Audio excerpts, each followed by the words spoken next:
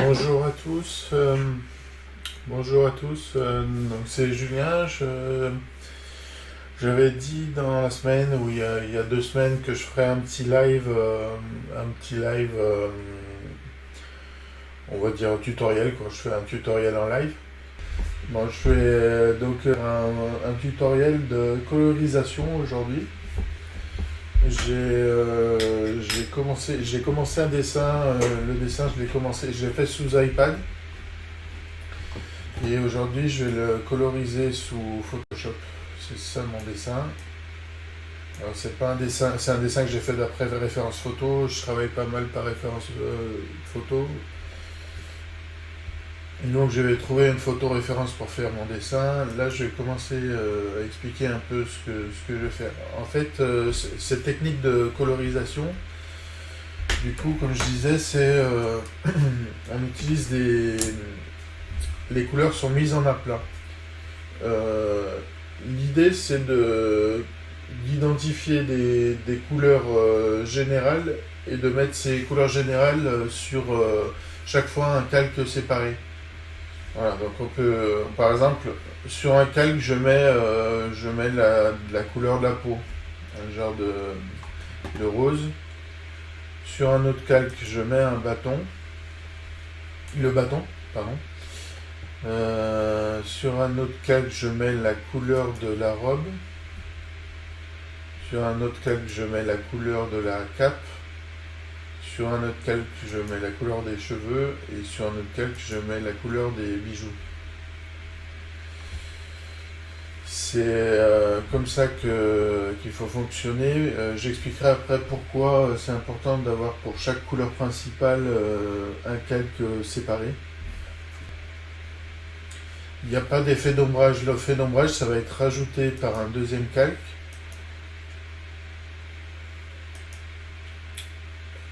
qui sera en mode produit. Par exemple, là, je crée un calque d'ombrage. Je le mets au-dessus de mes couleurs. C'est important de le mettre au-dessus des couleurs. Là, je vais l'appeler ombre. Ce calque d'ombre qui est ici, en haut, on a une liste de valeurs où on a différents modes. Alors c'est compliqué d'expliquer ici parce que à quoi sert chaque mode. Mais par exemple le mode produit donc, que je vais utiliser, qui est ici, lui, toutes les couleurs qu'on met sur le calque sont additionnées avec les couleurs qui sont en dessous. Et c'est ça qui rend cette technique de colorisation intéressante. C'est que sur ce mode, donc ce calque en mode produit, on peut mettre juste les ombres dans des différents niveaux de gris. Et ces ombres se marient avec les couleurs qui sont en dessous. Donc là, par exemple, j'ai mon calque, je le mets en mode produit. Au niveau des couleurs, sur ce calque-là, au niveau des couleurs, il faudra utiliser simplement des différentes tonalités de gris. Ouais, il faut vraiment utiliser une gamme entre le noir et blanc. Parce que si vous mettez des couleurs, vous voyez que des fois ça peut mal se mélanger, ça va faire du bleu bizarre. J'avais ouvert, je m'étais fait un dessin où on voyait plus ou moins ces ombres, comment elles se répartissaient. Voilà. Les ombres, elles se répartissent à peu près comme ça en fait. Sur le bleu de base, ça va être celui-là, ça va être plutôt de l'ombre ici, de l'ombre aussi derrière la capuche, voilà. Là on voit pas trop, mais il y a de l'ombre aussi sur la robe. Donc je vais suivre un peu ce qu'on voit ici, c'est-à-dire que mes ombres les placer vraiment aux endroits où j'en ai besoin.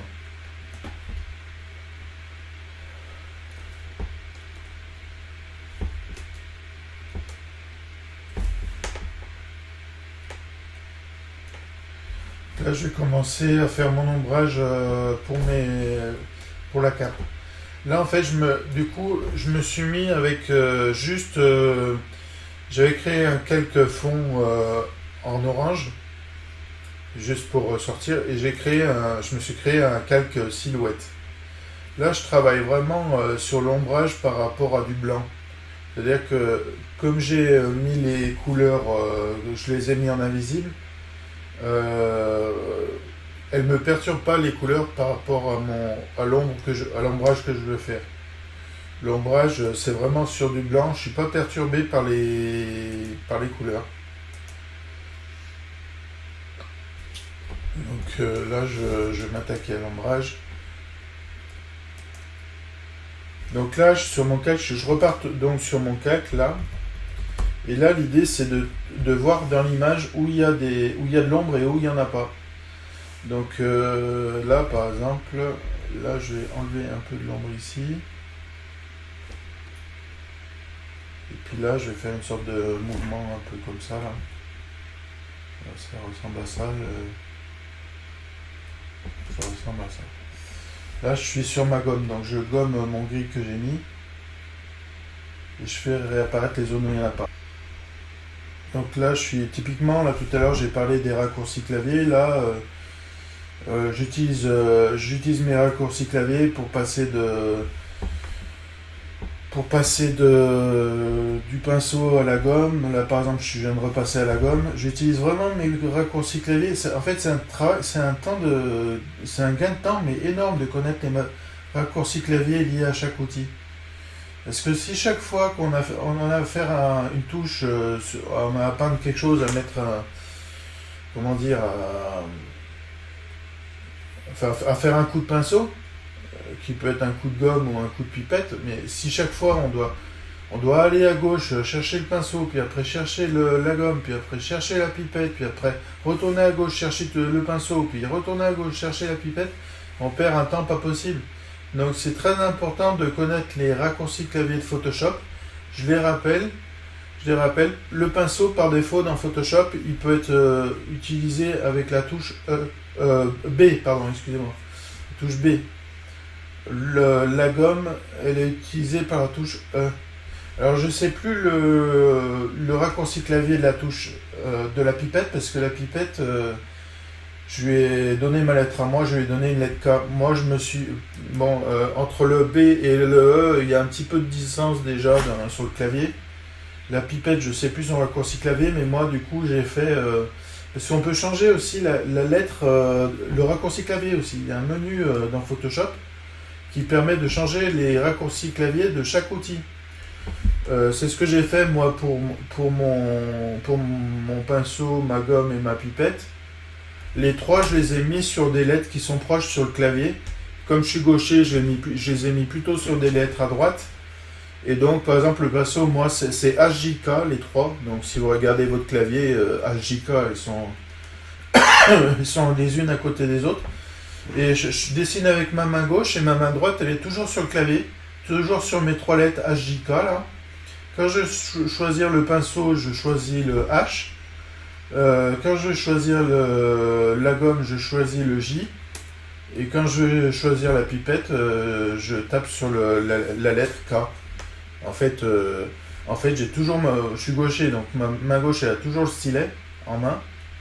Et ma main droite, elle est systématiquement posée sur mes trois lettres de pinceau, gomme et pipette. Donc, là, je suis toujours dans mon idée de vraiment d'ombrer.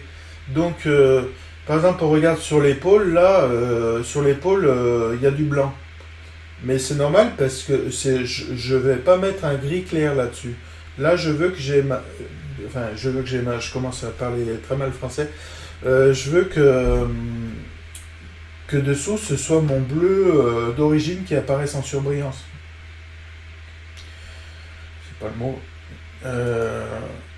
Voilà, si je remets mes couleurs, mon bleu d'origine réapparaît. Donc moi, je suis pas du tout dans l'idée là de couleur. Je suis vraiment sur des dons de lumière. Donc là, je travaille avec du blanc et différents niveaux de gris. Je travaille pas du tout avec les couleurs là. Quand je regarde ma photo à droite, et ben j'essaye de détecter où il y a la couleur de base, à quel endroit il y a la couleur de base et à quel endroit il y a des ombres en fait. J'essaie d'oublier les couleurs qui y a en dessous. Alors, pour info, la technique que je mets en avant aujourd'hui, normalement, vous avez les mêmes fonctionnalités sur des logiciels gratuits. Parce que là, ce que je fais, c'est juste j'utilise des calques. Je pense que n'importe quel logiciel gratuit de peinture gratuit utilise des calques aussi. Donc, vous n'êtes pas obligé. Les techniques que je montre de colorisation d'aujourd'hui, vous n'êtes pas obligé d'avoir Photoshop pour les faire. Aussi, vous avez des logiciels gratuits type GIMP. Il y a d'autres logiciels, je crois. Il y a un logiciel qui s'appelle Krita. Il y a d'autres logiciels, un logiciel qui s'appelle PaintTool SAI. Alors je sais pas si PaintTool SAI il est gratuit, peut-être qu'il est payant. Mais ces logiciels-là, ils ont tous des calques et a priori ils ont tous l'équivalent d'un mode produit quoi. Là j'utilise le mode produit Photoshop, mais normalement n'importe quel logiciel gratuit a ça, la gestion de calque et le mode produit, qui est un peu la base sur de la peinture à l'ordinateur quand même.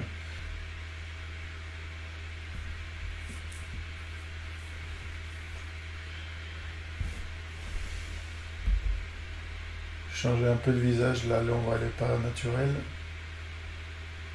Puis je verrai même si je mets de l'ombre comme ça sur le visage. Je vais peut-être, alors là, pour le coup, je vais peut-être baisser l'intensité de mon gris pour le visage, pour faire quelque chose de léger. Alors, tout à l'heure, Nathalie, tu me demandais, donc je te sollicite encore, Nathalie.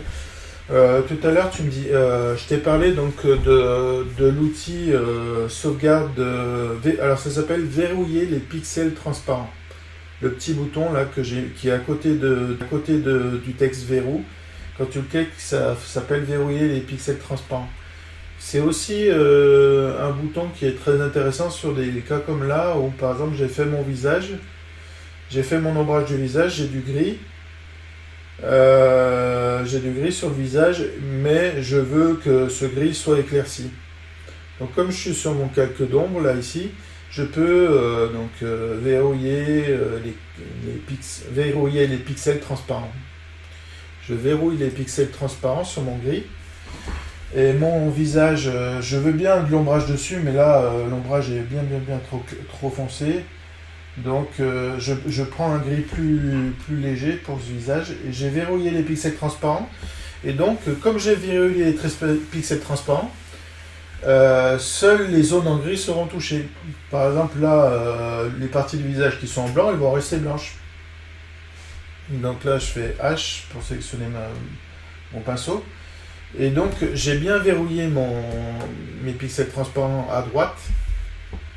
Et seul mon gris est mis à jour. Si je dessine sur le blanc, peu importe où je dessine sur le blanc n'est pas impacté.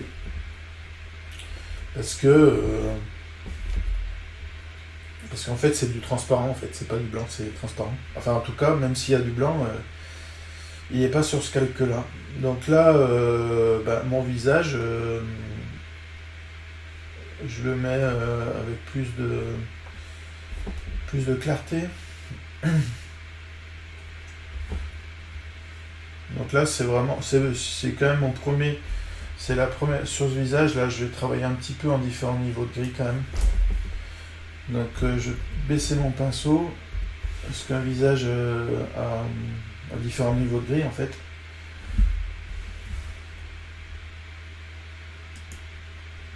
Donc je reste sur mon blocage de la transparence, du coup j'ai juste à changer mes niveaux de gris, aller vers du plus gris ou du plus foncé ou du plus clair. Et ça se répercute sur mon dessin.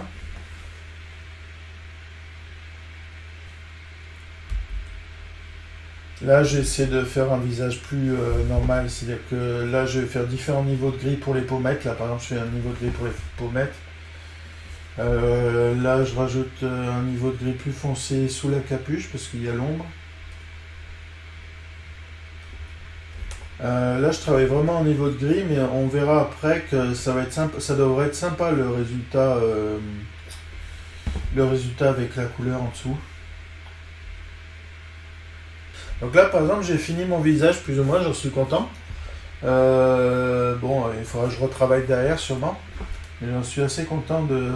Ben, on va voir ce que ça donne avec la couleur de la peau dessous. Et je suis pas mécontent de moi là quand même. Bon, ça fait un peu. Il y aura des choses à améliorer quand même, mais c'est là la peau fait un peu. On dirait une tête de robot déjà. Mais bon, voilà, je vais continuer à travailler comme ça, toujours avec mes niveaux de gris sur le reste du dessin.